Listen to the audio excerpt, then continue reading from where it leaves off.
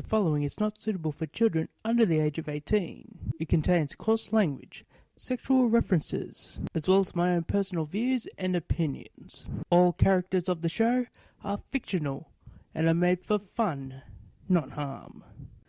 After 3 long fucking weeks, it's back. The worst show ever. Hit the music.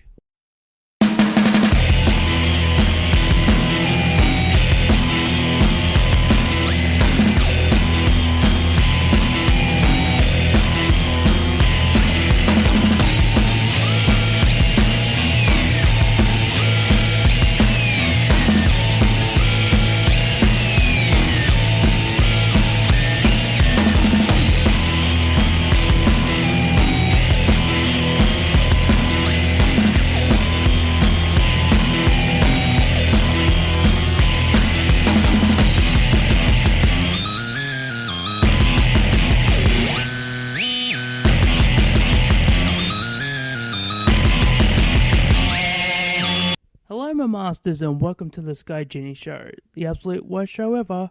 We're on episode 35 of the Sky Genie Show, and we are back. Finally, after 3 long fucking weeks, the Sky Genie Show has returned. And a lot has happened since the Sky Genie Show went on hiatus. TNA Wrestling, or whatever the fuck it's called, has a new champion, new regime, and whatever the fuck. As well as WWE, who has Bray Wyatt and Goldberg as their world champions. Universal, same fucking deal. Ring of Honor has Christopher Daniels as the new Ring of Honor world champion. There's also a lot of deaths, a lot of news. How could one possibly catch up on?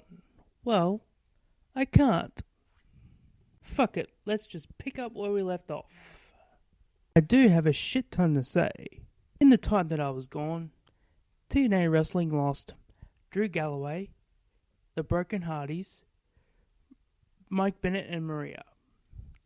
Now, apparently the word going around is that TNA waited till last minute to resign these people, while Jeff Jarrett was going around bragging about how good the new TNA will be.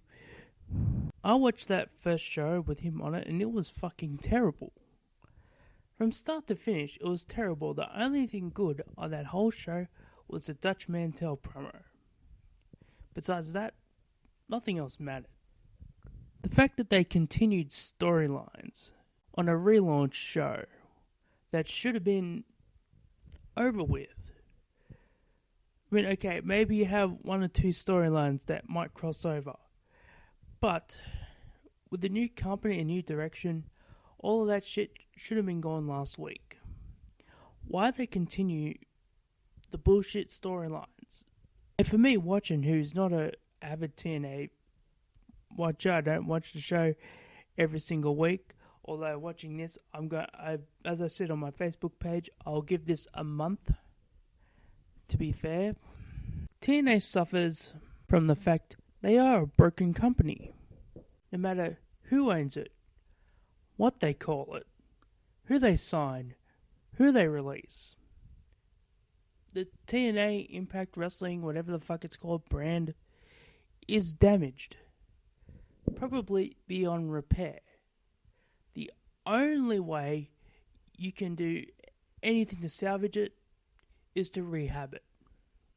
Now, I understand that putting a world title on Alberto Del Rio for his debut, hot-shotting a title, sometimes it's a good thing. It's done to create buzz. Whether you like it or not, doesn't matter. It's there to create buzz and interest in the product. The criticism of this show. There was a few tag teams, a few debuts of people, I don't even know who the fuck they are. I mean, I watch Ring of Honor, I watch PWG, I watch all this stuff, but I don't know who Reno Scum is.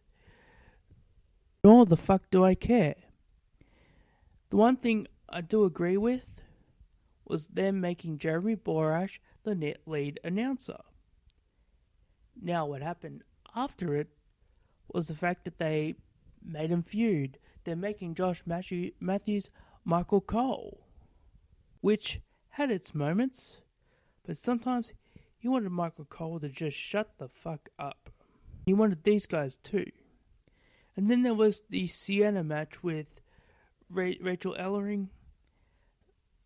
I was watching that match, and Sienna did no sell that whole match. Now, Rachel Ellering is a girl that's a daughter of a famous wrestler, of Paul Ellering, famous manager of the Road Warriors. But she's only a year or two in the business. I mean, she's green as fuck. What Sienna did was no sell everything. And I don't know if that's... I don't know who this Sienna girl is. Maybe she's green as well. They should have put Rachel Ellering in the ring with somebody who was experienced. Putting him in with a green person or somebody who doesn't sell doesn't help her in the long run. It makes her look like a fool. And it's not needed. Also, I've been hearing a lot about the Hardy TNA lawsuit. Ruby Sky went on a Twitter tirade. And oh yes, fuck that owl. But if you remember, the TNA logo does look like a bird's asshole. So you probably could fuck that owl. Although I'm not interested. Funny, there was a thread on Solomonster's page, and he mentioned on the show about naming the owl. And I just put first name, fuck. Second name, that or the. Third name, owl. Fuck the owl. Or fuck that owl. Either way, it still works. And if TNA audiences start chanting fuck the owl, and they debut it on TV and they chant fuck that owl, that'll be nice. I'll probably tune in to watch that just for that. But TNA is claiming ownership of the broken Hardy gimmick, which is kind of shitty of TNA. I mean, it's... Why take something away from him that Matt Hardy obviously put a lot of time and effort in?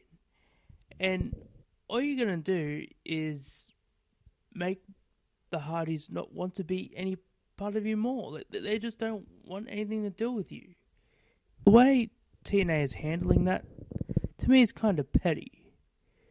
And okay, apparently the word going around is that TNA wants a fee for the Hardys to use it, which won't happen. I had the idea, and I tweeted it to Matt Hardy.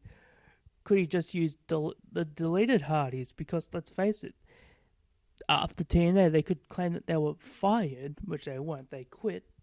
So I think they should just go as the deleted Hardys. But oh well, that's probably I don't know if that would fall into the same category, but whatever. And now we move on to. We'll go on to Goldberg winning the Universal Championship from Kevin Owens. I had said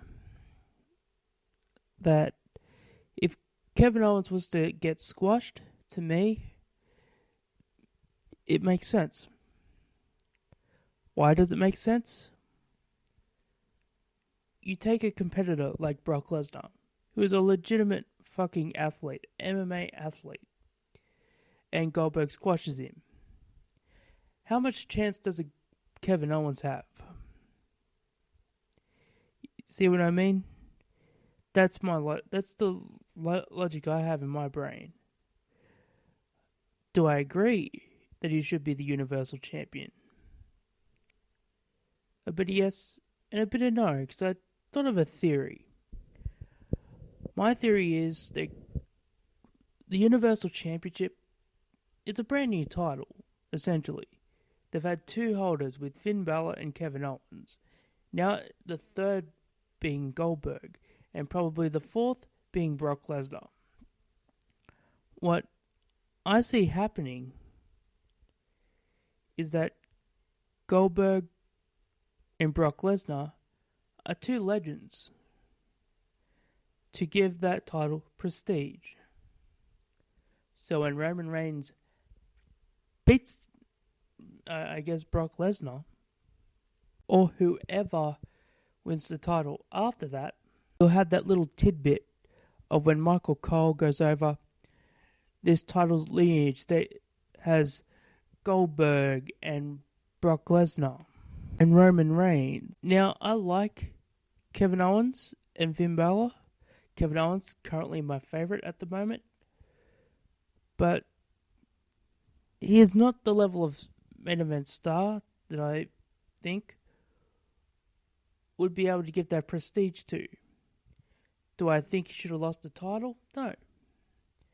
I think he should have had the match with Chris Jericho. Make it a workhorse title.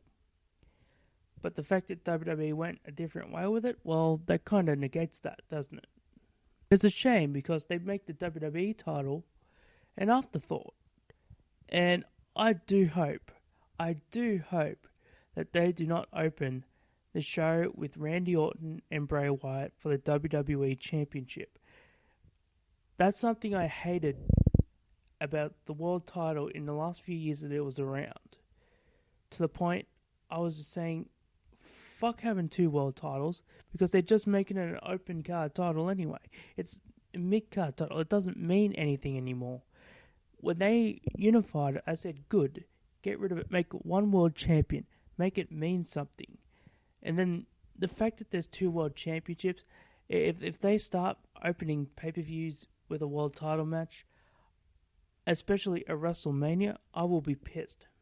Open it with the Intercontinental Championship, United States, Tag Team, whatever.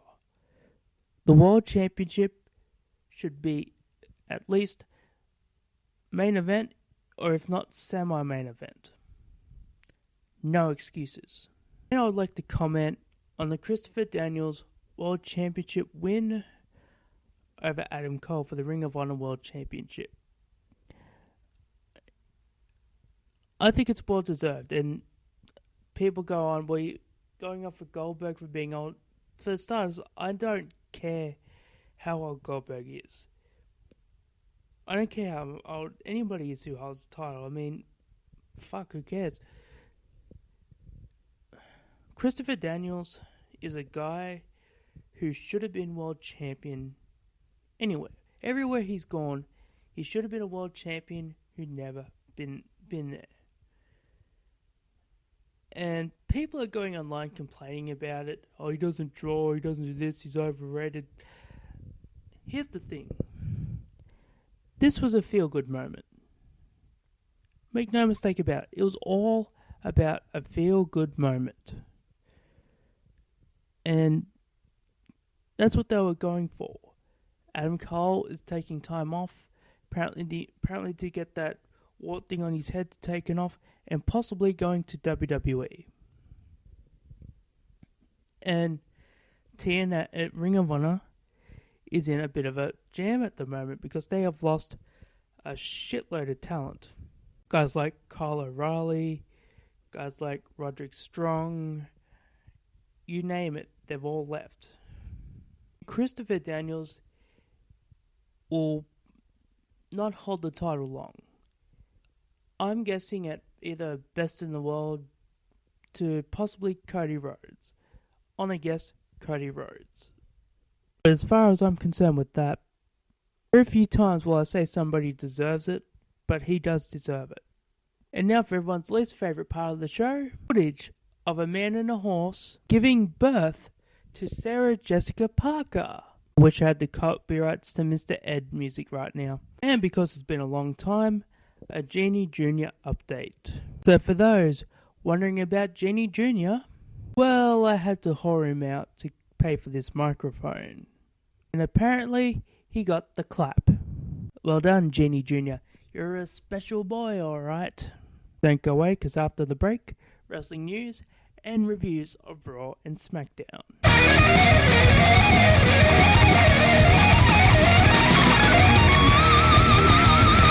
For fans of the Sky Genie Show, please also make sure to check out Wrestling Soup. They drop at 9:30 on Thursday.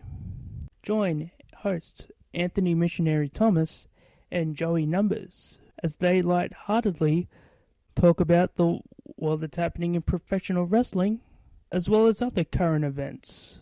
While over there, please make sure to check out the Saturday Morning Shitbox. Have your voice and question heard as Mish and Joey answer questions on their thoughts of professional wrestling or anything else going around in the world. That show drops on Saturday morning-ish. The weeks it doesn't air is because they're doing pay-per-view Sunday. Yes, whenever there's a WWE pay-per-view, Mish and Joey usually review it, sometimes with John Draper. They also have shows on Stitcher and iTunes. If you want to catch the boys live, check them out on Mixlr. Are you looking for a good laugh? Then check out Getting the Corner. Getting Da Corner. Da Corner. Da Corner. With hosts Yuck Nasty and Dogger Baby. Every Wednesday night at 9 p.m. on Mixlr. Check them out on Wednesdays at 9 p.m. on Mixlr. For interesting discussion and debates on professional wrestling, check out Johnny Florida, Michael Corvin, and Old Man Jenkins on Wrestling's National Committee. They talk a wide range of topics on the world that is pro wrestling. Check them out on Wednesday at 9 p.m. on Mixlr.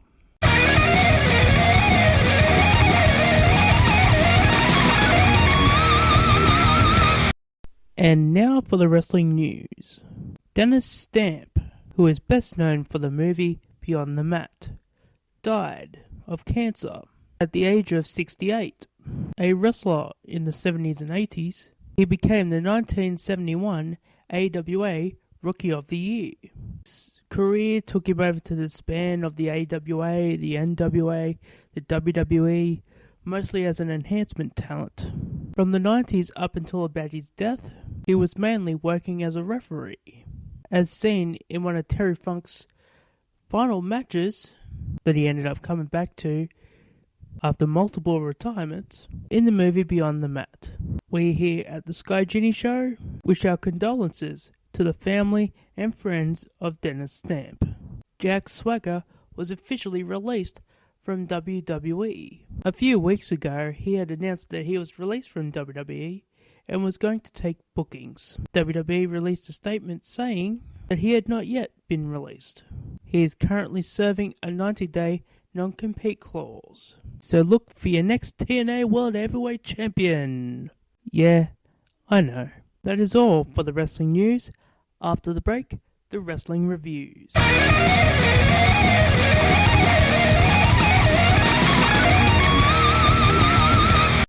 For fans of the show, please also check out the Don Tony and Kevin Castle show. Don Tony and Kevin Castle show is a hard-hitting, with brutal honesty type show, as they give their views on the world of professional wrestling and WWE. They're also on Stitcher and iTunes. If you want to catch them live, listen to them on Mixlr. If you're looking for a very professional show to listen to the Solomonster Sounds off. His show, smokes this one entirely, is a very informative show. Join Jason Solomon as he gives his thoughts on the current events of professional wrestling. Catch his show on Podbean, Stitcher or iTunes. Also check out Jason Solomon's YouTube page, where he does extras for pay-per-view shows or interviews with wrestlers in the business. Jason has interviewed the likes of Diamond Dallas Page, Bob Hardcore Holly, the legendary Jim Ross, and even Booker T. Definitely a show worth checking out.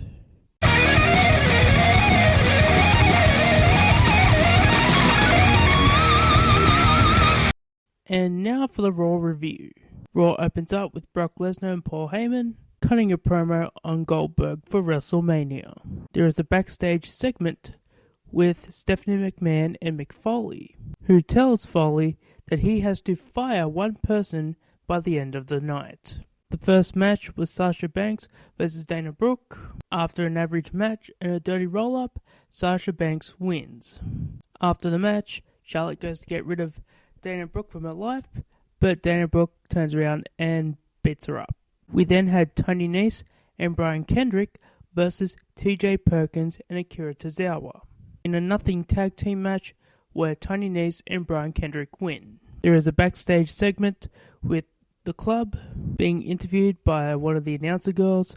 I forget which one it is. We then have Kevin Owens come out to the ring. That's an awesome promo on Chris Jericho and how he's going to win the United States Championship at WrestleMania. It pretty much says, why does he need friends like Chris Jericho and Sami Zayn when he's got a destroyer in Samoa Joe? And Samoa Joe makes his way to the ring. So it's Kevin Owens and Samoa Joe versus Chris Jericho and Sami Zayn. Zayn and Jericho get the DQ win after Owens double teams Sami for too long with Samoa Joe. They continue the brawl and the heels stand tall. There is a backstage segment with Nia Jax, Stephanie McMahon and Mick Foley. Stephanie McMahon puts Nia Jax in a match with Bayley. There is a backstage segment with Jinder Mahal and Mick Foley. And then we have The New Day. The New Day talk show. It talks about the Jetsons WWE movie with The Big Show. Now, I like the Jetsons. I grew up on the Jetsons. Grew up on the Flintstones. But who the fuck in 2016 or 2017 watches the Jetsons? Sorry, nobody. Taz and Enzo come out and cut a promo for the match with Cesaro and Sheamus for the number one contendership for the Tag Team Championship. It ends up in a no contest when the club comes out and beats them both up. Later on, backstage, a pissed off Mick Foley puts him in a triple threat match for the Tag Team Championship at WrestleMania. We then get Roman Reigns versus Jinder Mahal in pretty much a squash match where Taker's gong went off, but Roman Reigns got the win anyway. After the match, Roman Reigns grabs the mic and calls out The Undertaker. They go to commercial. After the show comes back, Shawn Michaels makes his way down to the ring, tries to talk some sense into Roman Reigns about facing The Undertaker, but Roman Reigns is all cocky and walks off. As he is walking up the ramp, Braun Strowman comes out and clotheslines him and sends him flying. Has me thinking there'll be more than one triple threat match on this show. We had Austin Aries in his Raw debut against Arya Daivari in a really good short match where Austin Aries got the win. Then had Big Show versus Titus O'Neil in a 2-minute squash match. Backstage, Chris Jericho is being interviewed by that Tom Phillips lookalike, announces that Kevin Owens will be on the highlight reel, and put the Tom Phillips guy on the list. We then had Bayley versus Nia Jax, with Bayley getting the win by disqualification when Nia Jax was being too aggressive. Mick Foley and Stephanie in the ring to make the announcement on who he is firing, and he says Stephanie McMahon. They argue back and forth, and Triple H comes out, runs down Mick Foley, orders him to leave the ring. Mick Foley gets Mr. Socko out and hits it with the mandible claw. Stephanie hits Foley with a low blow. Seth Rollins on crutches comes out to make the save. He drops the crutch, revealing that he can walk, runs into the ring and attacks Triple H. Triple H gets back up and beats his leg with the crutch. And that's how the show ends. That was Raw. Overall, I didn't mind the last segment. I didn't mind the Kevin Owens promo. I didn't mind the Paul Heyman promo. The fact of this show, it was a 3-hour show with short matches. I don't think any of them went over 5 minutes. While not the worst Raw I've ever seen, it wasn't exactly the best either. And that's the review of Monday Night Raw.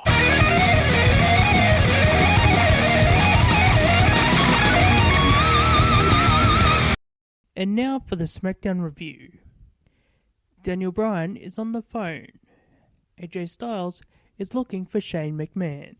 Shane McMahon has not arrived yet, says Bryan. AJ says he is going to the ring to address the issue. Bryan warns him not to risk his career. AJ Styles responds with, "This is all about my career." So JBL and Fuckface Tom open up the show. David Otunga is shooting a movie. Mauro Ranallo could not make it due to the snowstorm. Hey JBL, better cover your face, buddy. AJ Styles makes his way to the ring, cuts a promo on Shane McMahon and Daniel Bryan about how he's been screwed over and over and over, and that he is going to wait for Shane McMahon until he comes. and that it will possibly cost him his career. We then had Becky Lynch versus Natalya. Now this was a great match, but Becky needs a new fucking finisher. I mean, the fucking armbar, it doesn't look real. It doesn't feel authentic when she beats people with it. It looks stupid. Give her a Michinoku driver. She did that early in the match and looked fucking good. Make that a fucking finisher. But no, it's a fucking armbar. Becky Lynch beats Natalya for the win with a shitty looking armbar.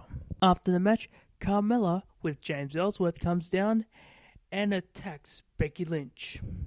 After the break, there is a backstage interview with Carmella. Then we go to the Miz TV segment, with Miz calling himself and his wife Maurice the it couple of WWE. Maurice is out digging dirt on Nikki Bella, about how they were best friends and how Maurice was originally meant to be on the original season of Total Divas, but didn't get it because Nikki Bella fucked her out of a contract. I kind of believe that because Maurice isn't the only one that I've heard that she's fucked over. There was Maria, I believe Candice Michelle was another one. There was a few more divas or female wrestlers at the time that I heard got screwed over because of Nikki Bella. But Maurice was fucking gold in this segment. And then Cena and Nikki come out running to the ring all angry. What is worse than a normal standard John Cena promo is a normal standard Nikki Bella promo. Are you crazy? What are you talking about? God, she's mildly fucking retarded or something. But Nikki goes on and on about nothing. I would have loved in this segment if The Miz or Maurice just threw out a question to John Cena. Hey John, when are you proposing to Nikki anytime soon? Why aren't you doing that? That is what you want. If Miz or Maurice did that, I would have fucking howled laughing at that segment. Daniel Bryan comes out, goes on and on about how disrespected he felt and how much he wants to punch Miz right in the face, and makes the match with The Miz and Maurice versus John Cena and Nikki Bella for WrestleMania. Now, I know this is going against the grain of WWE logic, but how in the fuck is The Miz the bad guy in this segment? Basically, what he has been saying has been very much true. As a heel, you lie and cheat, not tell the truth. WWE logic, you tell the truth and you're a heel. I am fully convinced that Vince McMahon sends the writers to give the superstars the scripts, and some fucking retard in the back hands people the wrong script. That must be it. We then had Mickie James versus Alexa Bliss in a nothing match, where Mickie James got the win. We have a backstage interview with AJ Styles as Shane McMahon pulls up. Funny how he arrives an hour late to the show. But I guess in this instance, you can blame the snowstorm. AJ beats the crap out of Shane McMahon and puts his head through a car windshield. Or side window, whatever the fuck. And Finlay comes in to break it up. After the break, backstage, they're going over Shane McMahon, who is bleeding from the top of the head. AJ Styles is shown grabbing his stuff and leaving. Daniel Bryan is out the front of the locker room with security guards and fires him on the spot. This went over 3 or 4 ad breaks. Then we finally got a match with Mojo Rawley versus Dolph Ziggler. Man, I could give the obvious thing of what I could say about this match, but instead, I'll give you the sarcastic version. Oh my god, this was a great match between two individuals of Dolph Ziggler and Mojo Rawley. Boy, I was excited and on the edge of my seat during that whole match. Oh, it was unfortunate it ended in a countout with Mojo Rawley getting the win, but by Jolly, that was a great match. If you want my real answer, meh. They come back from commercial after this break, and they show the segment where Shane McMahon gets his head put through the car window. It's really funny how they happen to have a camera inside the car filming it from the back seat. Now, I guess the car happened to have a camera in the back seat that happened to be filming at the time. I don't know. WWE logic. Randy Orton comes out for a promo that he cuts on Bray Wyatt about how he's suckered him in through the whole time, faking that he ever liked him. The fact that he did this, and the fact that he burnt down Bray Wyatt's church or house or whatever the fuck, how in the blue fuck is Randy Orton a babyface? Now, if somebody burnt your shit to the ground, or pretty much admitted that he was using you as a friend, how in the blue fuck is Randy Orton a babyface? You know how it's possible? WWE logic. Bray Wyatt appears on the Titantron, goes on and on and on with his gibberish, and puts dirt all over his face. I will admit that he looked more fucking psycho in that promo, and that kind of made me interested in that match. I really hope that they don't have a standard match, and Orton and Wyatt have a full-on fucking brawl, filled with hate. That's the match I want to see. We have a backstage interview with Baron Corbin. Then we come to the main event with American Alpha versus the Usos in a great match. During the show, they showed footage of Shane McMahon walking with Finlay and Jamie Noble, walking to the exit. Then you see him heading to the win as the Usos get the win. This match was pretty much an afterthought. It wasn't even a thought, really. Shane McMahon comes out and says how AJ was complaining that he doesn't have a match at WrestleMania. Now he does. So apparently AJ is not fired. And the show ends. Overall, it was an average show that was all about AJ Styles and Shane McMahon. And that is the Smackdown review. And that'll be it for this episode of the Sky Genie Show. Please like, share, and subscribe to my channel. Follow us on our website, skygenieshow.weebly.com. There you'll find links to my show, as well as friends to the show. Also, on our Facebook page, the Sky Genie Show page. Over on Twitter, it's SDD916. Thank you all for listening, and I'll catch you all later. Yo, Sarah Jessica Parker. No one's betting for you in a horse race, you ugly bitch. Oh wait, we're still on.